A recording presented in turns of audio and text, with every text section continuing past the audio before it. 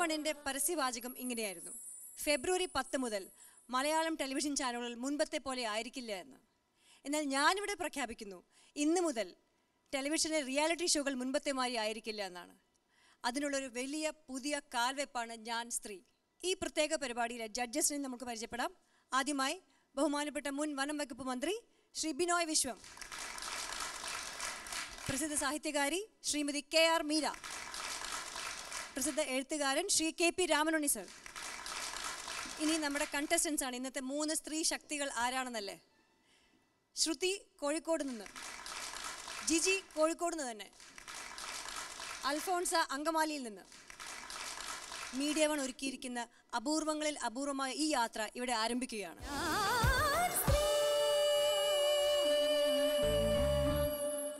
മത്സരങ്ങൾ ആരംഭിക്കുകയായി. ആദ്യ റൗണ്ടിൽ 7 സെഗ്മെന്റുകളാണ് ഓരോ കണ്ടസ്റ്റൻസിനും ഉള്ളത്. ആദ്യത്തെ സെഗ്മെന്റിലേക്ക് നമ്മൾ കടക്കുകയാണ്. ആദ്യത്തെ സെഗ്മെന്റാണ് സ്വപ്നം ജീവിതം. നമ്മുടെയൊക്കെ ഉൾക്കരുത്തിന്റെ കാതൽ നമ്മുടെ സ്വപ്നങ്ങളാണ്. സ്വപ്നങ്ങളാണ് നമ്മുടെയൊക്കെ ജീവിതത്തെയും ലോകത്തെയും പുതുക്കിപ്പണിയുന്നത്. മത്സരാർത്ഥികൾ കൗമാര യൗവന കാലങ്ങളിൽ കണ്ട സ്വപ്നങ്ങളും ഇപ്പോഴത്തെ ജീവിതവും. സ്വപ്നം ജീവിതത്തിൽ നമ്മൾ ഇന്ന് ആദ്യമായിട്ട് വരുന്നത് ശ്രുതിയാണ്. ശ്രുതി കോഴിക്കോട്ടുകാരി. അതെ. ഇന്നത്തെ ഈ സ്വപ്നം ജീവിതത്തിൽ താങ്കളിപ്പോൾ കാണാൻ പോവാണ്. ഒരാളുടെ സ്വപ്നം എന്തായിരുന്നു, ഒരാളുടെ ജീവിതത്തിൽ ആ സ്വപ്നം എത്രത്തോളം പ്രാവർത്തികമാക്കി, അതോ സ്വപ്നമായിട്ട് മനസ്സിലിരിക്കുകയാണോ? എന്താണ് ഇപ്പോൾ തോന്നുന്നത്? ഇല്ല, ഇപ്പം ഞാൻ ഒരു നായികയായിട്ടൊരു സിനിമ വന്നാൽ എങ്ങനെയുണ്ടാവും അതുപോലെയാണ് ഞാനിപ്പോൾ ഇത് സ്ക്രീനിൽ കാണുമ്പോൾ. നമുക്ക് എല്ലാവർക്കും ഒരു ആകാംക്ഷയാണല്ലോ, നമ്മുടെ ജീവിതമാണ് അത്. എത്രത്തോളം എല്ലാവരും പറയുന്ന പോലെ തന്നെ ഇപ്പം 5 മിനിറ്റിലൊന്നും കാണിക്കാൻ പറ്റുന്നതല്ല. എന്നാലും എന്തെങ്കിലുമൊക്കെ ഞാൻ എന്താണ് എന്നുള്ളതിന്റെ ഒരു ചെറിയ രൂപം എന്തായാലും കാണാൻ പറ്റും. അപ്പം അത് കാണാനുള്ള എക്സൈറ്റ്മെന്റ്. ശ്രുതിയുടെ സ്വപ്നം എന്തായിരുന്നു, ജീവിതത്തിൽ ആ സ്വപ്നം എത്രത്തോളമായി എന്നൊക്കെ നമുക്ക് കണ്ടറിയാം. സ്വപ്നം ജീവിതം.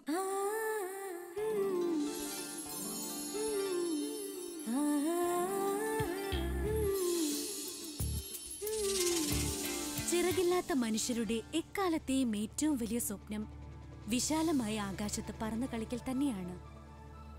നമ്മുടെയൊക്കെ ശൈശവ സങ്കല്പങ്ങളിൽ സ്വർഗം ആകാശലോകത്തിലായതുകൊണ്ടായിരിക്കണം ഇത്തരം കിനാവുകൾ ഉണ്ടാകുന്നത്. കുട്ടിയായിരുന്നപ്പോൾ ശ്രുതിയുടെ സ്വപ്നവും ആകാശസഞ്ചാരിയാവുക എന്നത് തന്നെയായിരുന്നു. ഒരു ഹെലികോപ്റ്റർ പറത്താൻ ശ്രുതി ആഗ്രഹിച്ചു.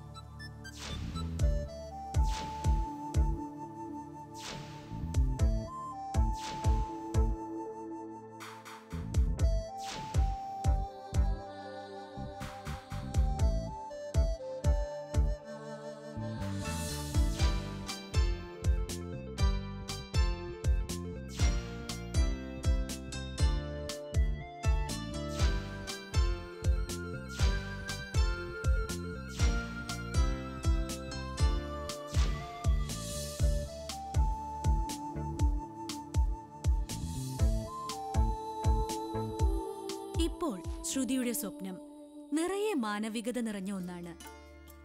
അനാഥ ബാലികമാരെ കണ്ടെത്തി വളർത്തി വലുതാക്കി അവർക്ക് വിദ്യാഭ്യാസവും തൊഴിലും നൽകി മാന്യമായി വിവാഹം കഴിച്ചു കൊടുക്കണം. വിവാഹം കഴിഞ്ഞ കുട്ടികൾ ഇതേപോലെ മറ്റ് അനാഥ കുട്ടികളെ ഏറ്റെടുത്ത് വളർത്തണം. ഈ പ്രക്രിയ കണ്ണിമുറിയാതെ തുടർന്നുകൊണ്ടേയിരിക്കണം.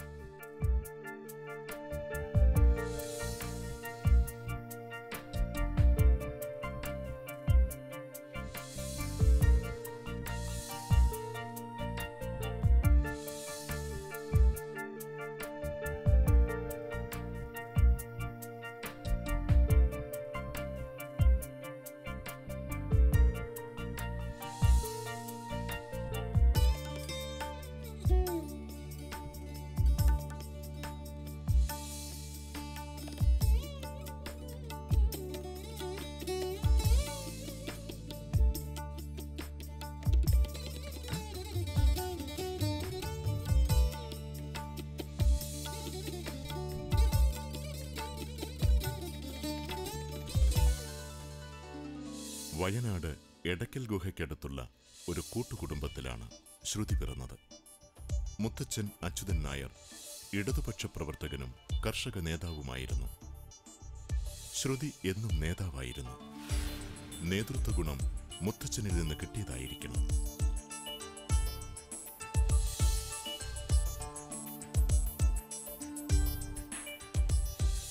8ാം ക്ലാസ് മുതലേ ശ്രുതി ക്ലാസ് ലീഡറും സ്കൂൾ ലീഡറുമൊക്കെയാണ്. ശ്രുതി ഒരു ഇടതുപക്ഷ വിദ്യാർത്ഥി പ്രസ്ഥാനത്തിന്റെ സജീവ പ്രവർത്തകയും നേതാവുമായിരുന്നു. ശ്രുതി കൃഷ്ണ എന്ന എഞ്ചിനീയറിംഗ് ബിരുദധാരി ഇന്ന് ചെമ്മണ്ണൂർ ഇന്റർനാഷണൽ ഗ്രൂപ്പിൽ കൺട്രോൾ യൂണിറ്റിന്റെ ഓപ്പറേഷൻ ഹെഡാണ്. വിചിത്രവും ഭിന്നവുമായ ഒരുപാട് മേഖലകളിൽ ഒരേ സമയം വ്യാപൃതിയായിരിക്കുന്ന ശ്രുതി ഒരു റൈഫിൾ ഷൂട്ടർ കൂടിയാണ്. ഒരു ലോക ചാമ്പ്യനാവുകയെന്നതാണ് ശ്രുതിയുടെ ലക്ഷ്യം.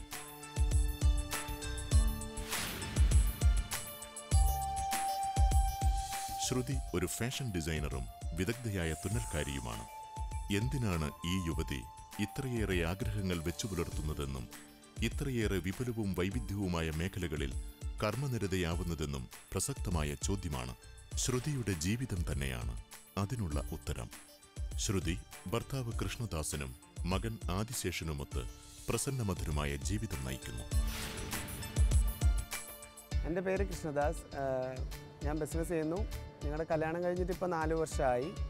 ഒരു വ്യത്യസ്തമായ ഒരു പ്രോഗ്രാമാണ് ഇത് എന്നാണ് എൻ്റെ വിശ്വാസം. അപ്പോൾ ഈ പ്രോഗ്രാമിനും ശ്രുതിക്കും എൻ്റെ ഓൾ ദി ബെസ്റ്റ്. എല്ലാ സന്ധ്യകളിലും ശ്രുതിയും ഭർത്താവും കുറച്ചു സമയം തിരക്കിൽ നിന്നും വിട്ടകന്ന് കടപ്പുറത്തെത്തും. ജോലിയുടെ എല്ലാ കടുംകെട്ടുകളും അഴിയുന്നത് അവിടെ വെച്ചാണ്. ഞാൻ ഈ ഷോയിൽ പങ്കെടുക്കുന്നത് പതിവ് എൻ്റർടൈൻമെൻറ്റ് ഷോകളിൽ നിന്ന് വിഭിന്നമായി നാടിൻ്റെ പ്രശ്നങ്ങളിലേക്ക് ഒരു ചാനൽ മുന്നിട്ടിറങ്ങിയതുകൊണ്ട് മാത്രമാണ്. ഇന്ത്യക്കകത്തും വിദേശത്തുമായി വളരെ കുറച്ചു പേർക്ക് മാത്രം അവസരം ലഭിച്ച ഈ ഷോയിൽ പങ്കെടുക്കാൻ സാധിച്ചതിൽ ഞാൻ അഭിമാനിക്കുന്നു.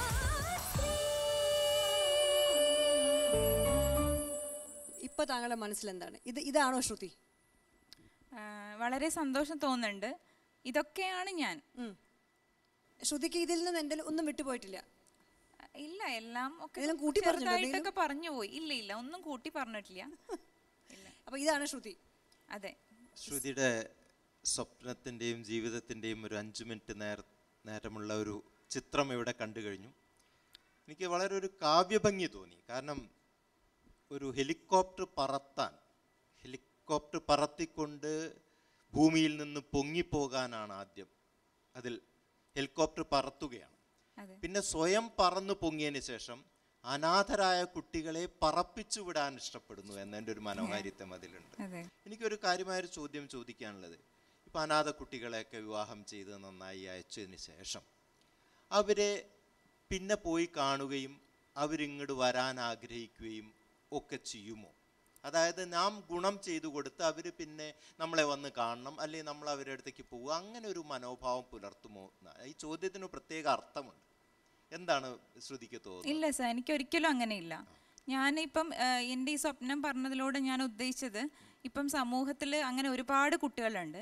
പക്ഷെ എല്ലാവരെയും ഏറ്റെടുക്കാനോ എല്ലാവരെയും അങ്ങനെ സമൂഹത്തിൽ ഉന്നതിയിൽ എത്തിക്കാനോ എന്നെ കൊണ്ട് കഴിയില്ല. എല്ലാവരും കാര്യമില്ല. നമ്മൾ കുറെ ആൾക്കാരെ സഹായിച്ചു കഴിഞ്ഞാൽ പിന്നെ അവരോടുള്ള ബന്ധം എങ്ങനെയായിരിക്കും? അവരിൽ നിന്ന് നമ്മൾ എന്തെങ്കിലും പ്രതീക്ഷിക്കുമോ എന്നാണ് ഞാൻ ചോദിക്കുന്നത്. ഇതിൽ ഇപ്പം ഞാൻ 5 പേരെ പറഞ്ഞതുപോലെ അതിൽ ഓരോരുത്തരും സമൂഹത്തിൽ നല്ല നിലയിലെത്തുമ്പോൾ, സ്വന്തം വ്യക്തി ജീവിതത്തിൽ നല്ല നിലയിലെത്തുമ്പോൾ ഇതേപോലെ 5 പേരെ അവരും ഇതേപോലെ വളർത്തി വലുതാക്കണം എന്ന് ആഗ്രഹമുണ്ട്. അല്ലാതെ അവർ എനിക്ക് ഒരു കാര്യം കൂടി ഉണ്ട് ഇതിൽ സാർ. ഞാൻ പറയും, നമ്മൾ നിസ്വാർത്ഥമായിരിക്കണം ഈ ചെയ്യുന്നത്. അതിൽ നിന്നൊന്നും പ്രതീക്ഷിക്കാതിരിക്കാനുള്ള മനോഭാവം ഉണ്ടോ? അതാണ് അതിന്റെ ഏറ്റവും വലിയൊരു കാര്യം. ഞാൻ തിരിച്ചൊന്നും പ്രതീക്ഷിക്കുന്നില്ല. ഞാനിത് ചെയ്തത് കൊണ്ട് അവരെന്നെ വന്ന് കാണണമെന്നോ അവർ സ്ഥിരം എന്നോട് അതിനൊരു കൃതജ്ഞത പുലർത്തുന്നവരാവണമെന്ന് ഞാൻ ആഗ്രഹിക്കുന്നില്ല. ഒരു കടമയാണ് ഞാൻ ചെയ്യുന്നത്. ഞാൻ ആഗ്രഹിച്ചത് എന്താന്ന് വെച്ചാൽ, ഈ 5 പേരെ ഞാൻ എടുത്തിട്ടുണ്ടെങ്കിൽ ഈ 5 പേരെ തീർച്ചയായും ഞാൻ സമൂഹത്തിലെ വിവിധ മേഖലകളിൽ ഏറ്റവും ഉന്നതിയിലെത്തിക്കും. അതിലുള്ള ഓരോരുത്തരും ഇതുപോലെ 5 പേരെ സഹായിക്കണം. മണി ചെയിനൊക്കെ പകരം ഒരു വാല്യൂ ചെയിൻ. നെറ്റ്വർക്കിംഗ് കിട്ടിയ ഒരു ഐഡിയ ആണത്. ശ്രുതി, ഇത്തരം ഒരു സ്വപ്നം കണ്ടതിന് ആദ്യമേ അഭിനന്ദനം. എനിക്കൊന്ന് ശ്രുതിയുടെ സ്വപ്നങ്ങളെല്ലാം മീഡിയാവാൻ സാധിച്ചു തന്നു അല്ലേ? ഹെലികോപ്റ്ററിൽ കയറണമെന്ന് വിചാരിച്ചു കയറി. ഈ കുട്ടികളെ വളർത്തുക എന്ന ഒരു സ്വപ്നത്തെ യാഥാർത്ഥ്യമാക്കാനുള്ള എന്തെങ്കിലും നടപടികൾ ആരംഭിക്കുന്നുണ്ടായോ? അതിന് വേണ്ടിയിട്ടെന്ന് പറഞ്ഞാൽ സത്യം പറഞ്ഞാൽ മാഡം, ഞാൻ ഒരു ദിവസം ഒരു വ്യക്തിയെ പരിചയപ്പെട്ടാൽ തന്നെ, ഒരു സമൂഹത്തിൽ ഉന്നത നിലയിലുള്ള ഒരു വ്യക്തിയെ പരിചയപ്പെട്ടാലും എൻ്റെ കരിയർ ഡെവലപ്പ് ചെയ്യാനൊക്കെ ഞാൻ ആഗ്രഹിക്കുന്നത് ഈ ലക്ഷ്യം മുന്നിൽ കണ്ടിട്ടാണ്. ഞാനിപ്പം സാധാരണഗതിയിൽ ഒരാളായിരുന്നിട്ട് ഞാൻ സമൂഹത്തിന് വേണ്ടി ഇങ്ങനെ ചെയ്യുന്ന ഞാൻ ഘോരമായിട്ട് പ്രസംഗിച്ചിട്ട് കാര്യമില്ല. എനിക്ക് അതിനുള്ള ഒന്നെങ്കിൽ ഒരു പ്രാപ്തി, അതിന് പൈസ മാത്രം അതിന് ഞാൻ വിശ്വസിക്കുന്നില്ല. അതിന് സമൂഹത്തിലെ പല നല്ല നല്ല വ്യക്തികൾ, നല്ല മനസ്സുള്ളവരുടെ അവരുടെ കോണ്ടാക്ട്സ്. പക്ഷെ എൻ്റെ ചോദ്യം, ആ ഒരു സ്വപ്നത്തിലേക്ക് നടന്നു ചെല്ലാൻ എന്തെങ്കിലും ഒരു പ്ലാനോ പദ്ധതിയോ ഇപ്പോഴുണ്ടോ? തുടങ്ങി വെച്ചിട്ടുണ്ടോ എന്നല്ല, എന്തെങ്കിലും ഒരു പദ്ധതി ഉണ്ടോ? ഉണ്ട്, തീർച്ചയായിട്ടും. ഒരു 10 വർഷത്തിനുള്ളിൽ ഈ ഒരു 5-ൽ ഒരു 2 കുട്ടികളെ ഞാൻ എന്തായാലും എടുത്തിരിക്കും. 2-ൽ. അപ്പം അത് പെൺകുട്ടികളെയാണോ പെൺകുട്ടികളെ മാത്രമേ എടുക്കാൻ ആഗ്രഹിക്കുന്നത്. അതെന്താ ആൺകുട്ടികളോട് ഇത്ര ദേഷ്യം? കാരണം പലപ്പോഴും നമ്മൾ കാണാം, പെൺകുട്ടികൾ എത്രയോ കഴിവ് ഉണ്ടായിട്ടും പെൺകുട്ടികളാണ് പല സ്ഥലത്തും എത്താത്തത്. ഈ അനാഥരായിട്ടുള്ള പെൺകുട്ടികളാണ് അധികവും ചൂഷണത്തിനിട വരുന്നത്. ഞാൻ മനസ്സിലാക്കാൻ ശ്രമിച്ചത്, നമ്മുടെ നാട്ടിലെ പുതിയ പെൺകുട്ടികളുടെ ഒരു ശക്തി, നിശ്ചയങ്ങൾ, ചിന്തകളിലെ വൈവിധ്യം, സമീപനങ്ങളിലെ ദൃഢത, അതെല്ലാം ഉള്ള ഒരാളെയാണ് ഞാൻ കാണാൻ ശ്രമിക്കുന്നത്. ഇതെല്ലാം ഉണ്ട് നമ്മുടെ സമൂഹത്തിൻ്റെ എല്ലാ വശങ്ങളും നോക്കുമ്പം. അതിൽ കറുപ്പ് മാത്രമല്ല ഉള്ളത്. കറുപ്പുണ്ട്, പക്ഷേ ഒരുപാട് വെളുപ്പമുണ്ട്, ഒത്തിരി വെളിച്ചമുണ്ട്. ആ വെളിച്ചത്തെ മുഴുവൻ നമുക്ക് കണ്ടെത്താൻ പറ്റിയിട്ടില്ല. ഈ ഒരു സംഗതിക്ക് ഇങ്ങനെയൊക്കെ ഒരു വഴിയുണ്ട്, ഇത്തരം ആൾക്കാരുണ്ട് എന്ന് ചിന്തിപ്പിക്കാൻ കഴിഞ്ഞാൽ വലിയ കാര്യമായിരിക്കും. സാധാരണ കാണുന്നത് പോലെയുള്ള ഒരു പരിമിത വൃത്തം, അതിനപ്പുറത്തെ ലോകത്തെയും ജീവിതത്തെയും അറിയിക്കാൻ ശ്രമിക്കുകയാണ് നമ്മൾ. അതിന് പറ്റുന്നൊരു സമീപനമാണ് ജീവിതത്തോടും പ്രശ്നങ്ങളോടും ശ്രുതി പുലർത്തിയത്. അപ്പോൾ ശ്രുതി എന്ന റൈഫിൾ ഷൂട്ടർക്ക് സ്വപ്നം ജീവിതത്തിൽ എത്ര മാർക്കാണ് ജഡ്ജസ് കൊടുക്കാൻ പോകുന്നത്?